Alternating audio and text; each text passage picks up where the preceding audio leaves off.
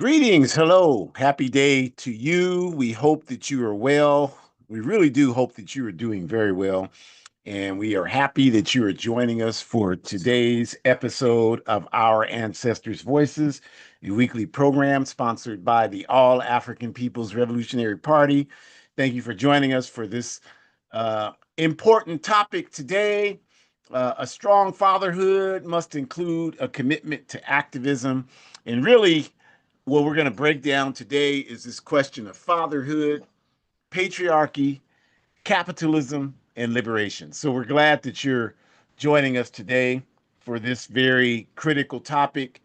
We give honor and respect to the indigenous people of the Western Hemisphere. I was just before this broadcast reading an article by some indigenous activists, some Lakota people in the Dakotas, which, if you didn't know, that those states are named after the Lakota people, as they should be, since it is their land. But these folks were talking about this continued effort to attempt to convince them, the seven ethnic groups there, the Oglala Nation, as they're called, to convince them to accept this monetary settlement for the theft of the Pahasapa, or what the capitalists call the Mount Rushmore, in South Dakota, and how, they're talking about how they're consistent. They've been trying to get them to do this for years, accept this money, and how, they're never going to accept money. This is a question of land and dignity. And every time I read about them and those types of questions and their commitment to principle, I think about us and how, because we don't have a clear understanding of who we are as African people, we don't have that same sense of dignity and self-respect. I mean, a lot of us here in this backward ass country would take a check in a minute calling it reparations, when it's not reparations. It's just you're a hoe and the prostitute is paying you. That's what that is. There's no amount of money. That's what the indigenous people are telling us, that we should have sense enough to listen to. There's no amount of money that can pay. There's no price tag that can be put on the oppression our people have experienced for centuries. I mean, we just had Juneteenth 2 days ago, and we still don't get it. I know we don't get it, because that's the work that we have to be engaged in to help us get it. But this is a lesson in dignity. Like, you can't pay off uh devastating our people for 500 years. There's no uh amount of money that can justify that. And anybody that's willing to accept money to do that is just after some money. They don't care about our people or collective advancement or any of that. They're just after a check. That's all it is. And are such it's such a slave mentality attached to it that uh, many of us, we don't even have enough. They're not even negotiating for an amount of money. It's like, just give us some money. If these crackers came back, and graham crackers, and said we'll give you each $15,000, a lot of these Negroes would think that they had died and gone to heaven for $15,000. That's how cheap you're willing to sell off our people's suffering. So, just with that, we always start by talking about respect for the indigenous people and respect for our African ancestors. I feel like we just did both. The respect for our ancestors is that there's no amount of money that can justify our suffering for 5 centuries. The only thing that can justify it is reclaiming our dignity. And the only way that can happen is reclaiming our stolen land, because land is power. And that's what we need, is power. We're not, some of us are okay with fitting into the capitalist system, but we're not okay with that. And we're going to fight you to the death on that. That is not a solution that's going to benefit the majority of our people on earth. And we're never going to accept that. So thank you for joining us for this important topic on fatherhood today. And we'll just get started as we always do, because people may not know who we are. So, Our Ancestors' Voices, this program is sponsored by the All African People's Revolutionary Party, AAPRP, which is a revolutionary, independent, mass, pan African political party with a base in Africa, the national home for African people scattered and suffering everywhere on earth: Africa, Europe, all throughout the Western Hemisphere. And our work, you all, is to achieve Pan Africanism, which we define correctly as one united socialist Africa. One united socialist Africa. We are convinced that this solution is the answer to the problems that African people face. When you run into these Africans today out here and they're talking about, I'm not African, I'm Native American, the reason why that exists is because Africa has no prestige today. If Africa was the strongest entity on earth, you would never be able to convince me that these people would be saying, I'm Native American, I'm not African, I'm a Hebrew Israelite, I'm not African. There's no way that you would be able to convince me that they would be saying that. And those of you that say those things, you know damn well that you would not be saying that if Africa was respected and free today. So that's what we need. That's what Pan Africanism will provide for us. The same way the Chinese Revolution provided that respect for China and Chinese people who never been to China, who don't even speak Cantonese or Mandarin Chinese. And you see them and they say, I'm Chinese, you immediately have a sense of respect for them because China is respected. You don't even know them. And the reason why we're disrespected the way we are is because how are you going to be respected and your mother's disrespected? Where is that the reality? Especially, what child do you know that denies their history and their background, disrespects their parents, and is respected and able to build and respect? What people have you seen on the planet Earth who have been able to build up their self-determination, build up their society, be successful folks in the sense of having dignity and a healthy relationship with one another, who have disconnected themselves from their history and culture? What people have you seen do that, who have disconnected themselves from their history and culture? It does not exist. So that's why we say Pan-Africanism, and our work to achieve Pan-Africanism is outlined in Kwame Nkrumah's Handbook of Revolutionary Warfare, which is our guide for doing the work we do all throughout the African continent. This is not a theory. It's not a hope. It's not a dream. This is actual on the ground work that we do in this organization to bring about Pan Africanism.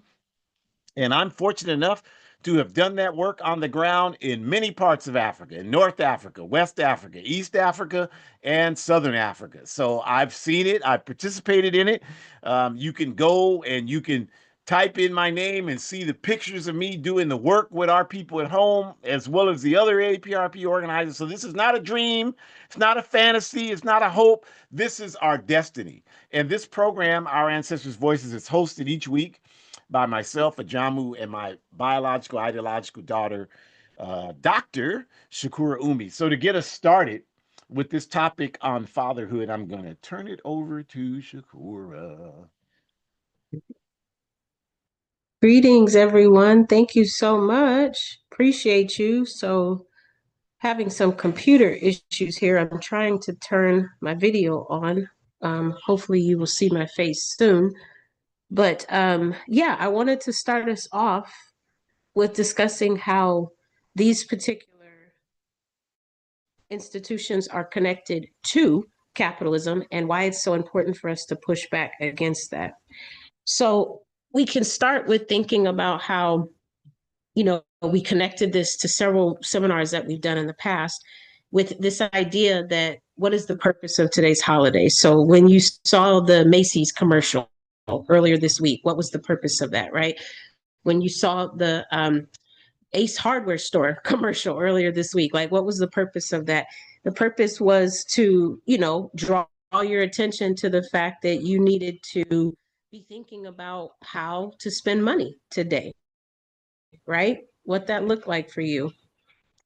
And if you weren't thinking about it, that indicated that you weren't prioritizing your loved ones. You weren't, being a good family member, I guess, because you weren't thinking about how to spend money that you might not even have in terms of, whatever that can look like for you. So I think that when we think about holidays within this empire, this capitalist profit over people empire, what that means on a larger scale for us, especially with institutions like Father's Day, is they serve a larger purpose of helping to provide one of the many vehicles that drives up consumers to spend money.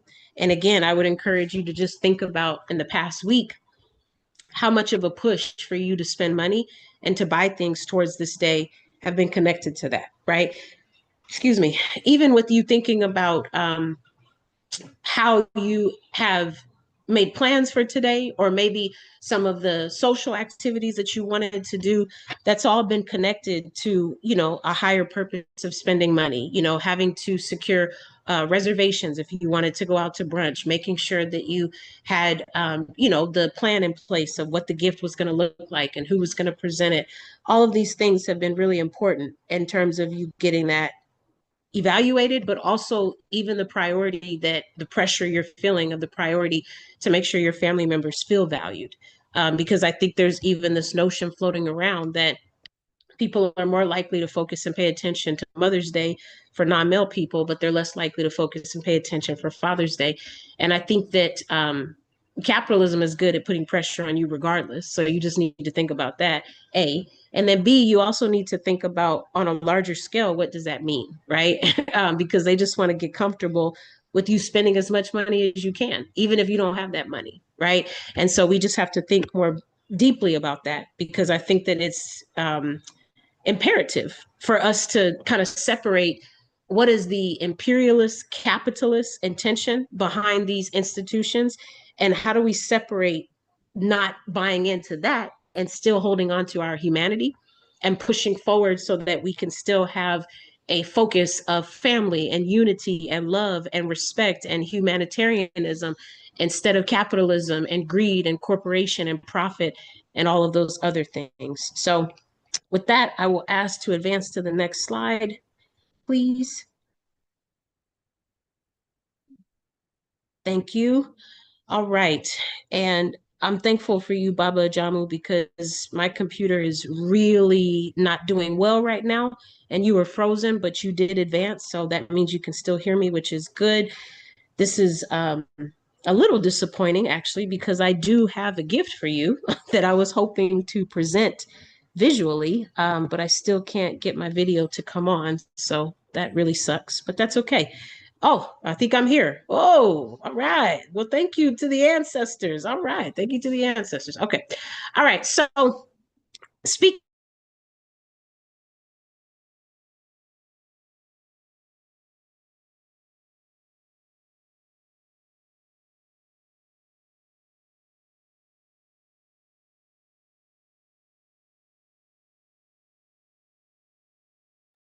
Shakur, I'm not able to hear you. I'm not sure if it's just me. I think you cut out. So we'll try to see if we can get you back here. Let's see what's going on. I don't hear you on here. Yeah, I know you're not talking because I don't hear you on the live stream either. Oh, you're talking, but I don't hear you, and I don't see your mic moving. So I'll keep it going, and hopefully we can get you back here. Just interrupt me if you hear me and you come back. So sorry that we lost you. Appreciate you though, thinking of me today. Appreciate that.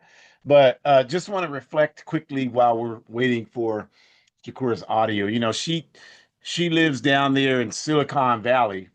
So there's probably like 3,000 people on the internet within a 10 feet radius of where she is. So it's a struggle for her to get a clear and crisp internet signal. And she's coming back in now. So let's see if that'll work. Please give us a second. Excuse the process here. Let's see. Are you there, Shakur? Can you hear us? Is it working? Just speak up if you can, and I'll just keep going. I know you're trying your best to get in, but we understand we don't control the technology. We just use it. We should control it, and we'll get there one day. But if we talk about the evidence from the previous slide, like it is correct, you all. Like if Father's Day was really about reflecting upon the role of fatherhood, then there would be a much more serious approach to these days, Father's Day, Mother's Day, etc., than there is. And by serious approach, what we mean is that we will be talking about the healthy role of being a father, and not just enticing people to spend money they don't have, but how many of our fathers are worth the air that they breathe? I mean, that's really the question, you know. And these types of days should be focused around ensuring that as men we have the resources to get a proper education about what a healthy man looks like in a backward society, because this is a backward society. And if we're not consciously struggling against this society, then we're going to be backward too. So that's what these types of days should be about. That's not what they're about, but that's what they should be about. How do we as men engage with women, with non-gender people, with everybody else on earth, with other men, and do it in a healthy way? How do we define our relationships beyond just being this masculine facade that we all were raised to have? How do we do that? This is what we should be using these days to deal with. And in this capitalist society, you know, everything is always form over essence. That's how this society is structured. So Father's Day and everything else is reduced to a shell where we have to front like we are good fathers instead of working to be good fathers. We have to put up that's what we mean when we say form over essence. We have to look like we're good fathers instead of actually being good fathers. And that's good enough in this society because all that matters is how things look. It doesn't matter how it really is. So what you'll see is all over this backward country today, you got all these dudes that are showing up. They haven't seen them in all year, but they're there today to get the glory of, you know. And this is not. We got to do better than this. I remember after the Million Man March in 1995, we had a bunch of us went here in Sacramento, and so we had an event here, and about 400 people came to the event. It was kind of like a report back on the Million Man March in October of 1995, and there were a number of us that went, different organizations, and we were there. There were five of us on the panel, and I was humbly able to be one of them. And we were the audience was overwhelmingly women, overwhelmingly African women, probably about 90%. And they were there, and I'll never forget it. The one sister stood up and she said, my children saw their dad on TV during the Million Man March. And everybody went, oh, that's cool. Yay. And then she said, it's just too bad that they, other than seeing him on TV, they haven't seen him in 3 or 4 years. And I thought, you know, that's exactly what I thought then, and I'm saying it now. This is exactly what I'm talking about. And I'm not throwing shade at that man or any other man. What I'm saying is that if we're going to build ourselves to be productive and quality people with dignity, we have got to address that type of thing. We can't just act like because somebody shows up on a day or because they were able to donate sperm, that you know that qualifies them to be honored. There should be no affirmative action on this question. You should be honored because you deserve to be honored. And I'm not saying I deserve to be honored. I'm just that I don't. That's not my point. My point is that we should respect the institution of family, but we don't because we live in a society that values money above people. We live in a society that treated us like property for 350 years, and we still act like we're property. We act like we're property today in 2026. That's why we call ourselves everything except what we are, honored African people. We call ourselves everything else except that. We call ourselves the B word, the H word. We call ourselves the N word. We call ourselves all of these crazy things. And we're so crazy about it that we really try to convince ourselves that we're carrying our people forward by adopting these backward ass labels. And we don't have a shred of evidence anywhere to justify how us adopting the N word has lifted us up as a people and allowed us to do more and be more productive and be more healthy when we can't provide a shred of evidence and nobody even is asking for the evidence. And that tells you how insane we are here today. No one is even asking for evidence. In fact, evidence is considered a problem in this backward ass society. You know, being ignorant is a flex here today. You can say whatever the hell you want to say, and nobody even has the ability to call you on it and demand that you document what you're saying. And you don't even, you're so arrogance is so dominant, you don't even have the uh, understanding that, well, maybe I should second guess saying that. It really doesn't make any damn sense. Maybe I should second guess that. I had this guy, yeah, I get a ton of hate mail. And as I say all the time, I'm happy to get it. If I go too long without getting it, I start to wonder whether I'm doing what I'm supposed to be doing out here. So I get a ton of hate mail every day. People reach out to me on all the platforms: Instagram, Facebook, Threads. I don't even really know how to use Threads yet. And I got hate mail on there, which is a wonderful thing.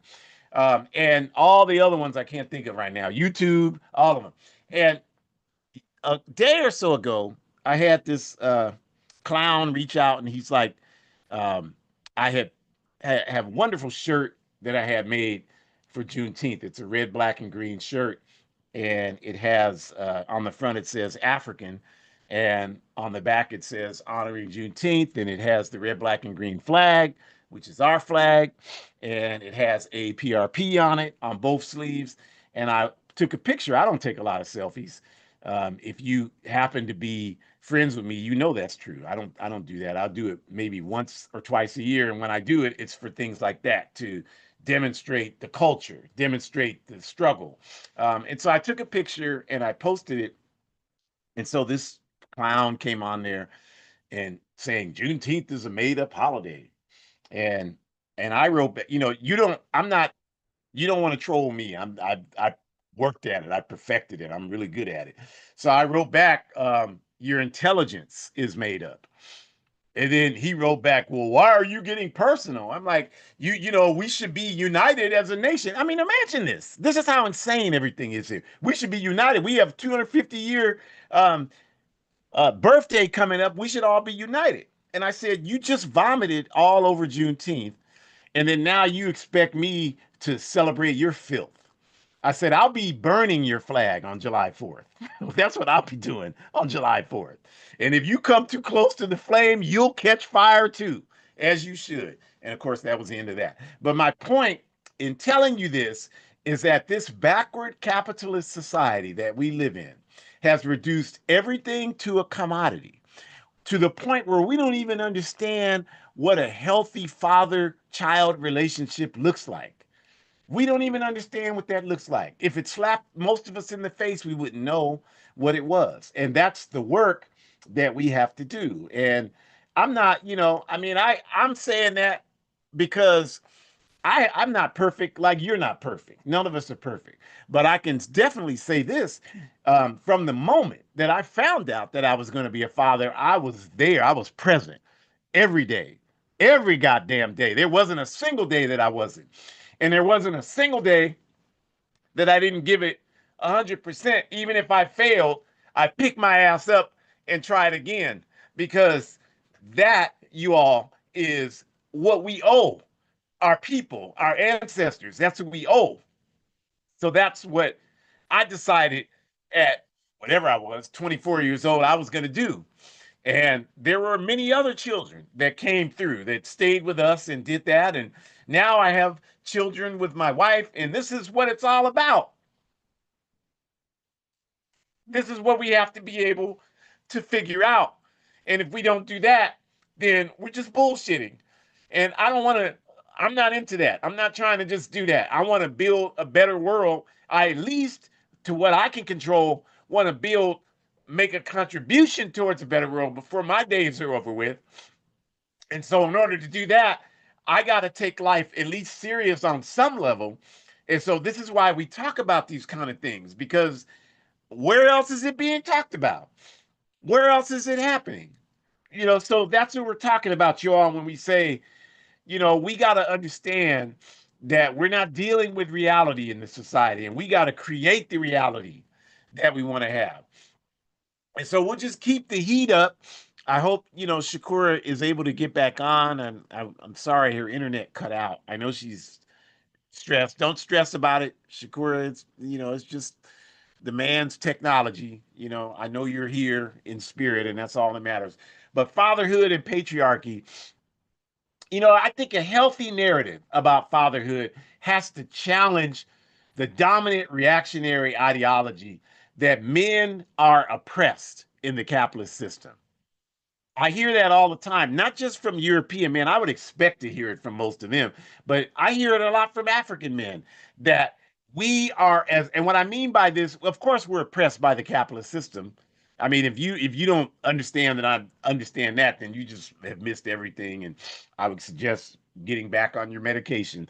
But what I'm saying right now is that, and I'm sorry I have to talk like that, but y'all don't see the hate mail that I get. So, it is what it is.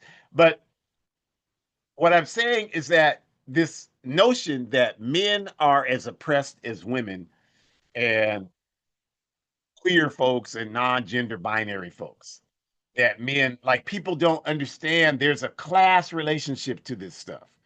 And a lot of our people have no understanding of class struggle, none whatsoever. Anybody that says something like I'm rooting for everybody black has no understanding of class struggle, none whatsoever. So it's important that we understand class, because I would argue that class drives all of the other isms. Class struggle drives all of the isms.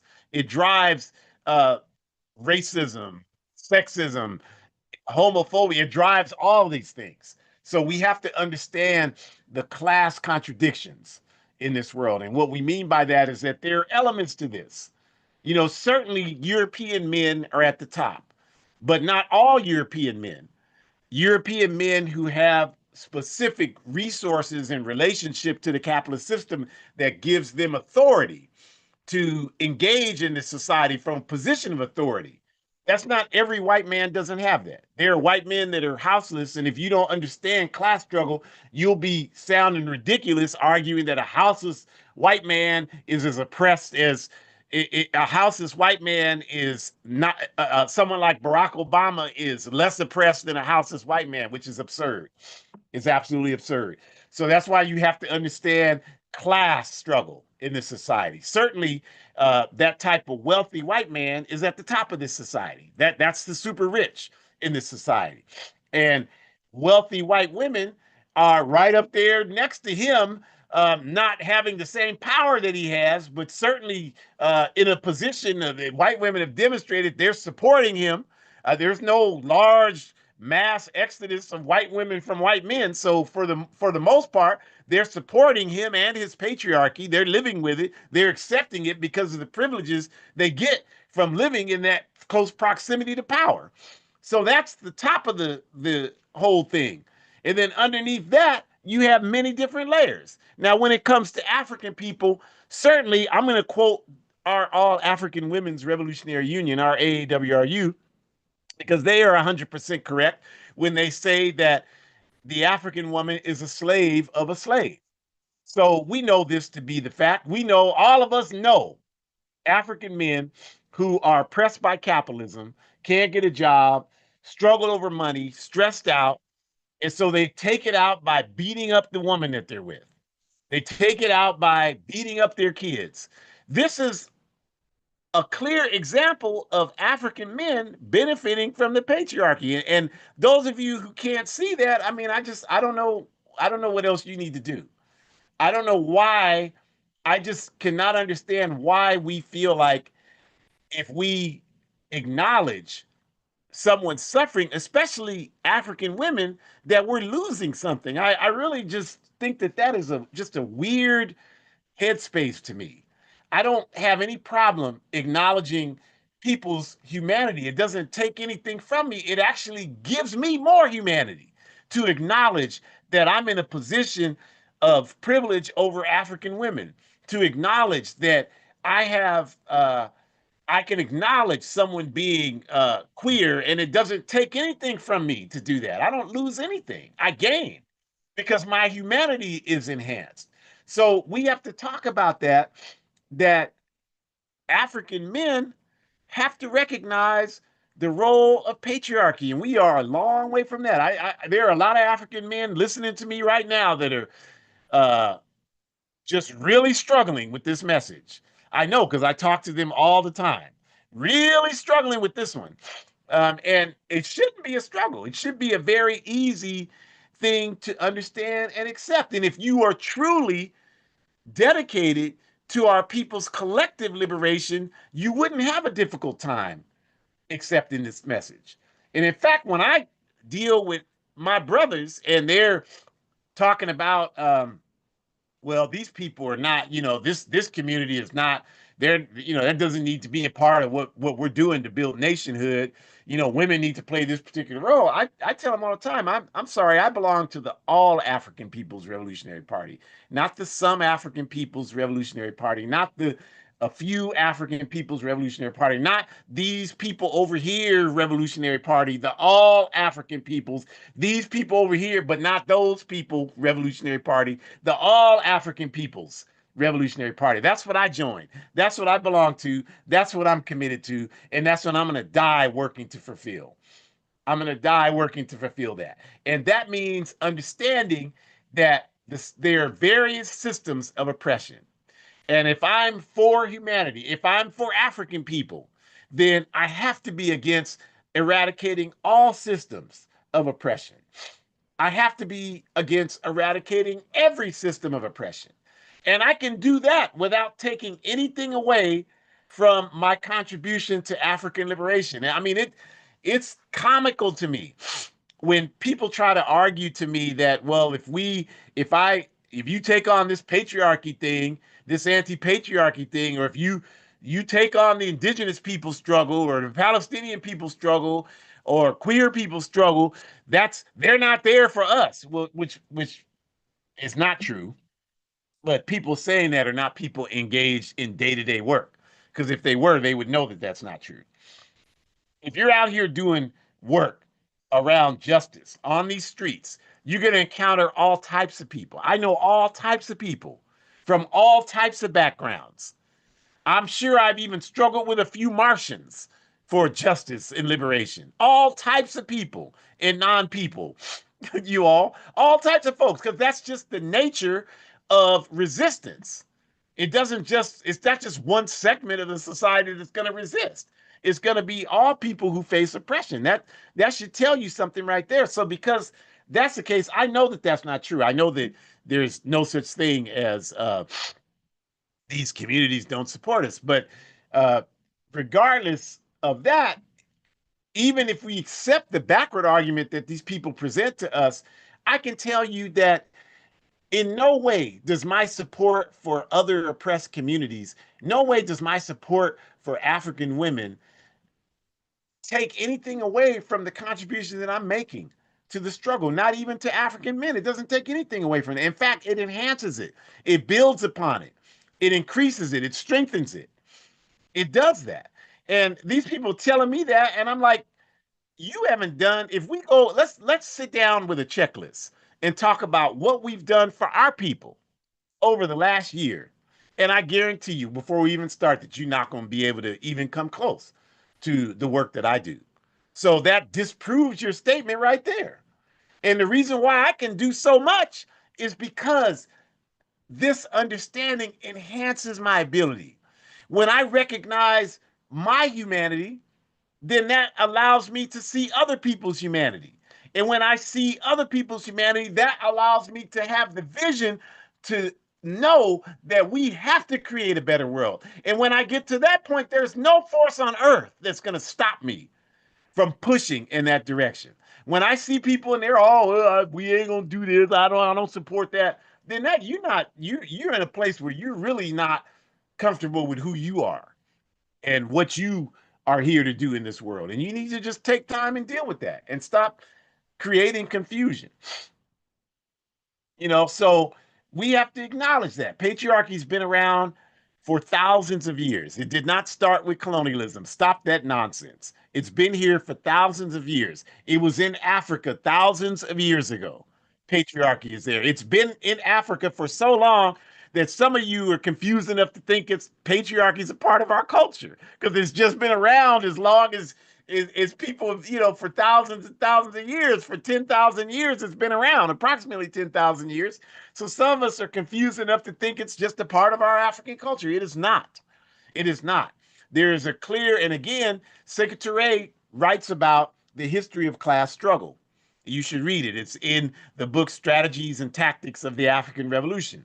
And then that Secretary talks about the first organized period of class relations being communalism. And then people figured out I can get people to work for me, and then I don't have to work as hard and I can own more wealth. And so that's when the institution of slavery as a dominant economic system came into existence. And it was during that period, approximately 10,000 years ago, between 10 and 15,000 years ago, that patriarchy became an institutionalized practice because men began to dominate women at that time and began to dominate non-gender binary people because those folks have always been here. If you study African history, I've studied it. I'm happy to show you where you're confused. Don't come to me, but if you come, don't waste my time. We're gonna do some serious study. And if you're not prepared to do that, you're gonna be overwhelmed. So come on, bring it on. But I'm saying that's always been a part of our community. And so that's when that began to happen. And that's the slavery that existed all over the world. That's not the same as the chattel slave system that has me sitting here speaking English in the Western Hemisphere right now. Don't be confused about that. So let's talk about best practices for fathers. Fatherhood, by definition, is a collective responsibility. It can't just be an individual thing. This is a capitalist trait. Everything is about individualism in the capitalist system. Fatherhood, motherhood, childhood, siblings, family is a collective unit. That's the whole purpose of family, is to be a collective unit. You all say it, but we act like we don't understand it. It takes a village. That's a collective statement. There's no statement that says it takes one individual to raise a family. Nobody says that because that's not true. So it's by definition a collective responsibility. It cannot be defined within any type of individualistic construct. That means that as a father, you have to be in working practice with other fathers. You have to be in an organization. You can't just do it by yourself. There's no way that's going to work. You have to be in an organization. Now, the reason why I feel like I've been able to sustain it, the level I've sustained it over the years, is because I was never alone. I always had other African men who worked through the same principles that I have in this particular political formation, and we worked together. We helped raise each other's children. Even now, the children are all grown in their 30s and 40s, and they, whenever I see them, it's Uncle Jamu. We're not biologically related. We're related on a level higher than that. We're ideologically related. So this is how you do it, you all. And from that, we create a community of culture around what men should look like, how men should act, that we should not lead with ego, that we should lead with humility, but we should always have strength. And strength is not being able to beat someone up. It's not just that. Strength is being able to admit when you're wrong and you messed up, and to be honest about making a sincere effort to do better going forward. And to do that, that requires accountability. And that accountability comes from that collective level of organization. And the reason why these things are foreign to us is we don't have that collectivism. We just have individualism. And the problem with individualism is you can do whatever you want because you're not accountable to anything. And that's why we have this problem. And especially as African people, because we are not, individualism is not a part of our culture anywhere we are on earth. Our culture is collective. That's why it's ridiculous when people say, well, we ain't no Africans. Everything about us is African. Every single thing about us. I can show you things you don't even understand that you do that are African. They didn't come from California. They didn't come from New York. They didn't come from Canada or Jamaica. They didn't come from Haiti. They came from Africa, like we did. So this is a part of our culture to be collective.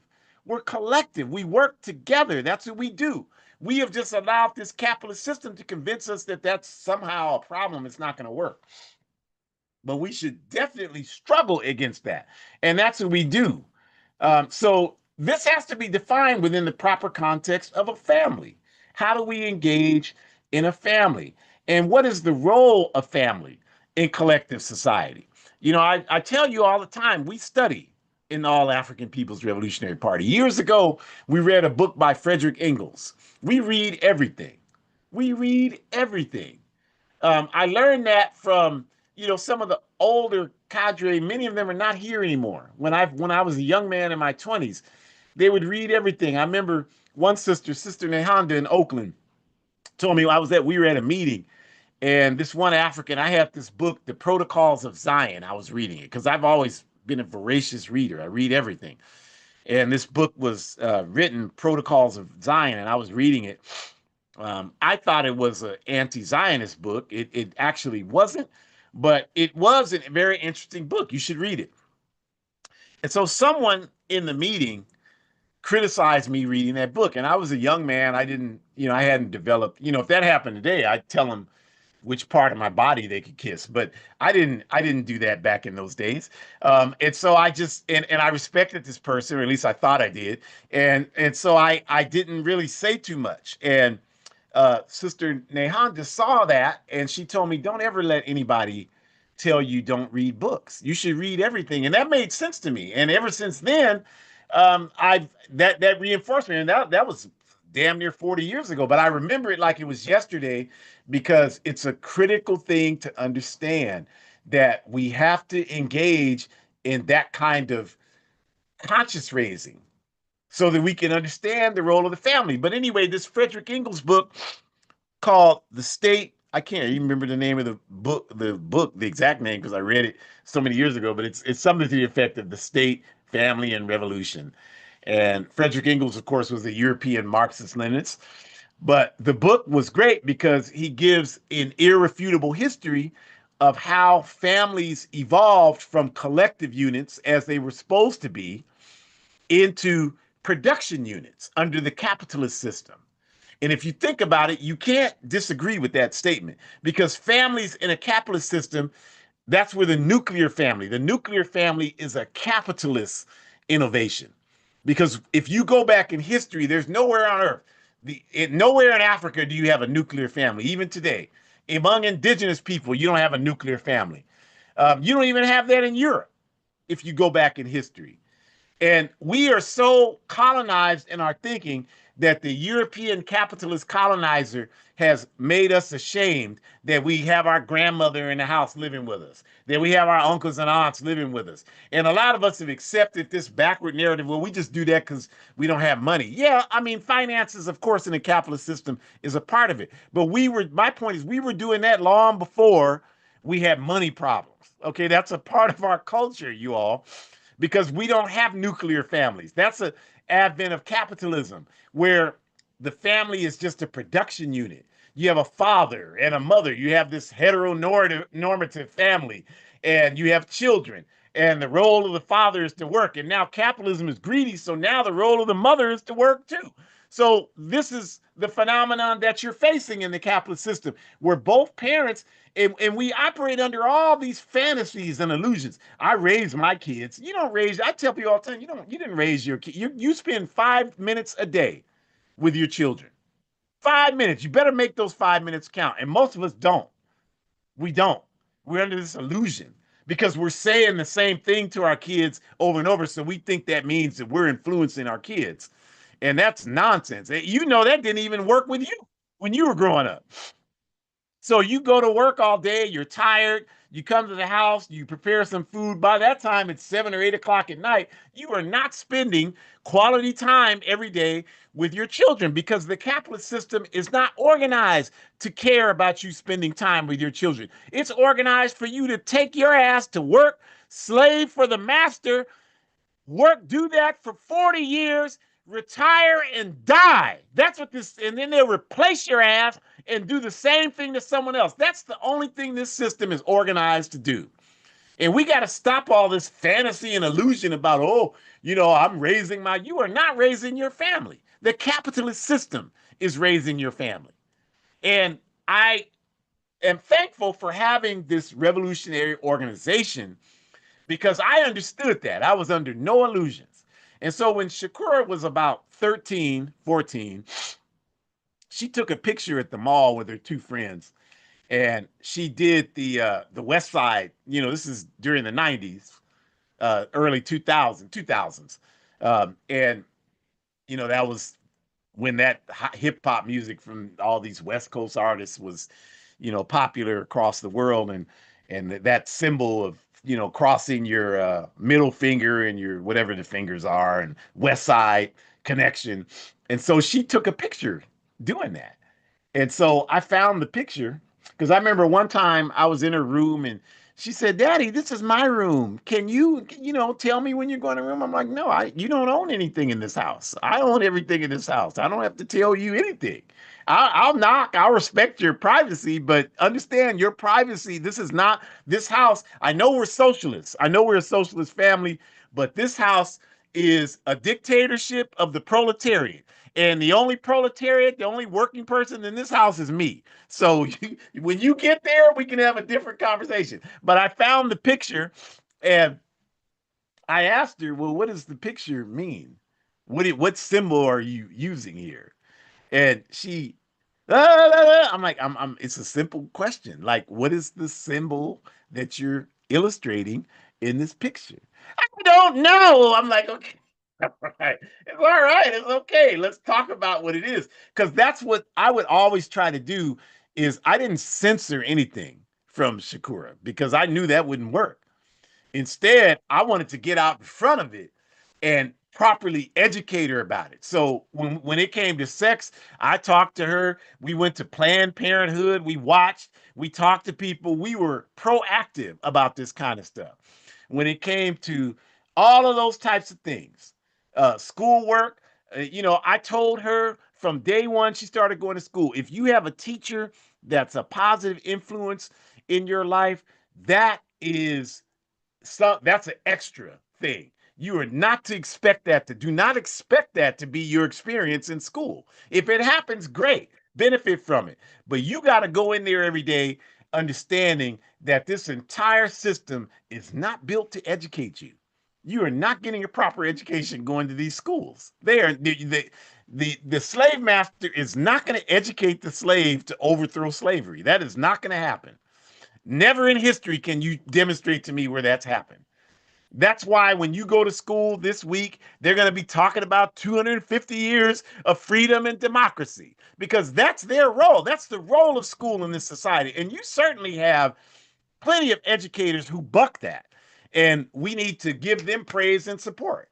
Yeah, I got two in my family, two daughters that work in the universities from a faculty and administrative standpoint, and they both of them certainly buck the system every day. And I know many others that do that. I have many friends. Shout out to my good friend and brother Morel Brooks and sister Mjiba Freewad in Ghana. They do that. They buck the system, but the majority of these people just trying to get paid. Y'all know that. And they ain't trying to educate nobody about nothing that's going to jeopardize that paycheck. That's their objective. And I'm not saying people don't, shouldn't have their job. All I'm saying about that is, what if our ancestors had have taken that approach? I'm not going to do anything to jeopardize my position on this plantation. Where would we be today? If they had, clearly they did not take that position. Clearly they took the position that I'm going to make a sacrifice. I might die making this sacrifice, but I'm making it because this is what our people deserve. We deserve a better opportunity. I read this book about these Africans that escaped these slave patrols and ended up becoming police departments. And the one was the slave patrol would terrorize them. And they told the Africans, like, you don't have enough food to make it through the winter. They were coming out here to go through the plains part of the country. You're not going to make it. And the Africans said, well, then we're going to die in the snow. And that still hits me hard because it's like there's so much dignity in that. And we don't have that today. Most of you Negroes today, when they told, well, you don't have enough to, well, then we gonna turn around and go back to the slave plantation to tell them we coming, tell them we'll be there as fast as we can. That's where we're at today. No dignity, none whatsoever. And dignity is the most important thing that we can strive towards today. We don't even know what that is. We don't even know what it looks like. When Malcolm X visited Guinea with Ahmed Secretary, that's Malcolm X wrote in his autobiography and in his speeches, he talked about Secretary told him over and over, our people need dignity. Teach our people dignity. That's absolutely true.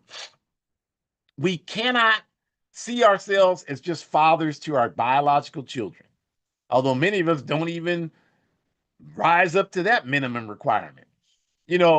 Chris Rock, one thing he said that was really funny, he talked about, African men talk, I take care of my kids. Like that's, and I see it all the time. I see men like, I pay child support. Like I told a brother the other day, he said, I pay my child support. I'm like, I wouldn't even admit that if I were you. That's the bare minimum. Money is the bare minimum. You didn't lead with, I spend this time with my child. I spend that time with my child. You didn't lead with that.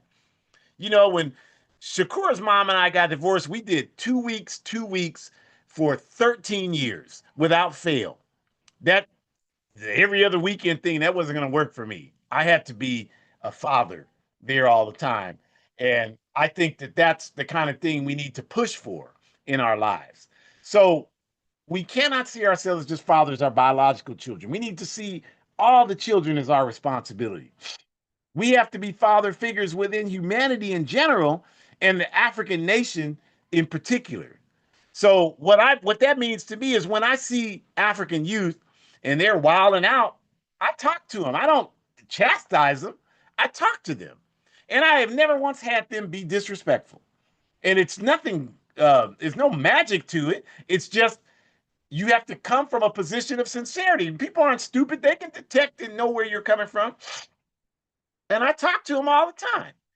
The brother stands outside the Safeway there, young brother, high school student, and I give him money selling candy so he can play sports because capitalism doesn't prioritize kids having activities. They just arrest them and put them in prison when they don't have anything else to do and they stray off of that. So I give him money every time. I go in the store, I withdraw a $20 bill and I just give it to him. And I don't eat the candies. I don't want the candy. So he already knows. He's like, he doesn't even ask me. And I'm gonna give you, I'll bring you something out. I give it to him. And I said, what you got to do for this 20 is you got to listen to me for 60 seconds. He told me the other day, man, I look forward to seeing you and listening. So more of us need to do that kind of thing. More of us need to do it. That's what we need as a people. So fatherhood must, fathers and everyone else who belongs to oppressed communities must become organized.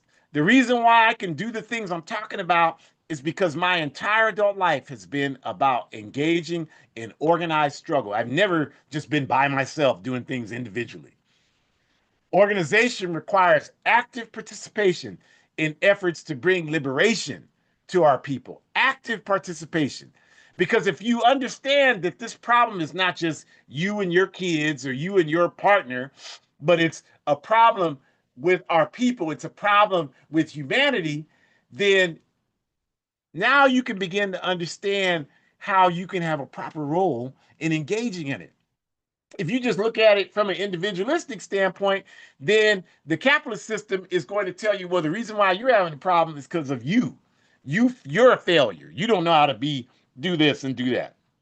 And then you believe that, and then you suffer from depression and all this, and you can't get out of that. It's not just you. Whatever problem you have, it's not. I don't care what it is. You're alcoholic. You're drug addicted, you're whatever it is, it's not you. It's this backward ass system. Now, it's you if you know it's a problem and you don't do anything about it. That part you own, but it is not you. Imagine approaching fatherhood in colonized and chattel slavery as individuals. We'd still be in it if we did that. We'd still be in it. And men, if you want to be seen as just a material provider, then we have to deconstruct. If you don't want to be seen as just a material provider, the solution to that is not just blaming women, because the way this capitalist system works, a woman has to look out for her future. You're not going to, you probably not going to be the one taking the children. So she has to be able to look out. And I understand many of them have gone to the extreme. I get that. But that's what happens when you live in a bastardized society like this one. So if we don't just want to be seen as material providers, then we have to deconstruct this capitalist model. That's how we do that. We can't do that on an individualistic level. We have to do it on a collective level. And until we recognize that, we will continue to have these problems. But we're going to continue to fight against it because we know that victory is in our vision. We just got to get more and more people to recognize that. So we just want to thank you for joining us for this program today. We want to invite you to join us next week. We're going to be talking about 250 years of lying, hypocrisy. You know, how the hell you expect me to say? You just vomited on Juneteenth, but then I'm supposed to celebrate that trash and nonsense and your toilet paper constitution and your toilet paper flag. You can burn all that. The only thing that shit is good for is burning firewood, nothing else. Fire paper, nothing else. The QR code in the upper left-hand corner, the red and white one, it tells you all of the APRP programs. So scan that to get that. Forward Ever Shop, you can buy revolutionary clothing. So do that. Hoodcommunist.org. Check that out. Revolutionary Pan African blog. Wonderful thing. If you're here in Sacramento, we've had 2 weeks where we didn't have class, community self defense, but we're back this Thursday, the 25th. 6 to 8 p.m., 2775 Cottage Way, like cottage cheese, Unit 15, 2775 Cottage Way, Unit 15, 6 to 8, Thursday the 25th. Come on out. We're going to be, we've started sparring. We're doing a lot of wonderful things. You got to come and find out. We'll have a quick discussion on the events in the world, and we're building community. So we invite you to come out. You don't have to register. We're not, this is not no capitalist thing. You don't have to pay anything. You just have to bring your soul and your spirit and a willingness, and you're welcome. So come on out. And then also for those of you in Northern California, we're doing a follow-up event from African Liberation Day that we held in Oakland last month, May 23rd. The follow-up event is going to be Saturday, July 11th from 3 to 5 p.m. at the Eastside Arts Alliance Center at 2277 International. I paused because I want to say East 14th. International, they changed the name. But 2277 East International, Saturday, July 11th, 3 to 5 p.m. We'll have some food. We're just talking more about how we can get organized. You all, like, we are serious about this. It's ongoing work. So we invite you to join us there. If you don't know anybody here that can go to the self-defense classes or to the event on July 11th, then or if you're not here, rather, somebody here, then tell them to go. Go join the AAPRP, www.aaprp-intl.org. Do that. The bottom right, scan that QR code, and you can be a monthly sponsor for Burkina Books, the AAPRP's work in the Sahel region of Africa, in Burkina Faso and Niger. We're bringing in revolutionary literature so we can build work study processes, which is our program. So help us do that. Become a monthly sponsor, whatever you can. And my book in the upper right-hand corner, the QR code is there to the left. You can scan that. It's only $8 paperback, $5 for the digital copy. A guide for organizing defense against white supremacist, patriarchal, and fascist violence. A guide for organizing defense against white supremacist, patriarchal, and fascist violence. Go ahead and check that out. It is a very good organizing book. Don't take my word for it. When you scan the QR code, you can read. There's about 70 reviews of the book on there. I don't know any of those people. Oh, I know a couple of them, but I don't know most of them. And they can tell you, what the book is about. But you should get it because it's a good organizing book. And then also 100% of the proceeds go towards the anti-fascist work that we do here, like the self-defense classes. So help us do that. If you have the book, thank you. Order some more, give them out as presents. You should have been giving them out for Father's Day to fathers. That would have been a great Father's Day gift to give them this book. But you can still give it to them because you don't have to observe the colonial 24-hour period of the backward capitalist holiday. You can do it your own way. So order the book and give them out. Order 4 or 5 of them and give them out. Call your library and have them order it so it's available. Call your local bookstore, wherever you are, and have them order copies. It's only I only priced it at $8. Obviously, I could have gotten a lot more, but I wanted it to be accessible because I wanted bookstores to be able to get it and be able to sell it. They can sell it for $10, $12 and make whatever they need to make. and put it out there. So please help us do that. We use this money, 100% of the proceeds from the book, to make sure that we have the supplies we need to do the anti-fascist work. So we appreciate you all being here. Hope that this was something that can inspire you. Uh, we love you. If you're a mother, a father, a caregiver, a supporter, whatever you are, you're doing the right thing. Intensify the efforts. Let's do it collectively. Let's get organized. Enjoy the rest of your day.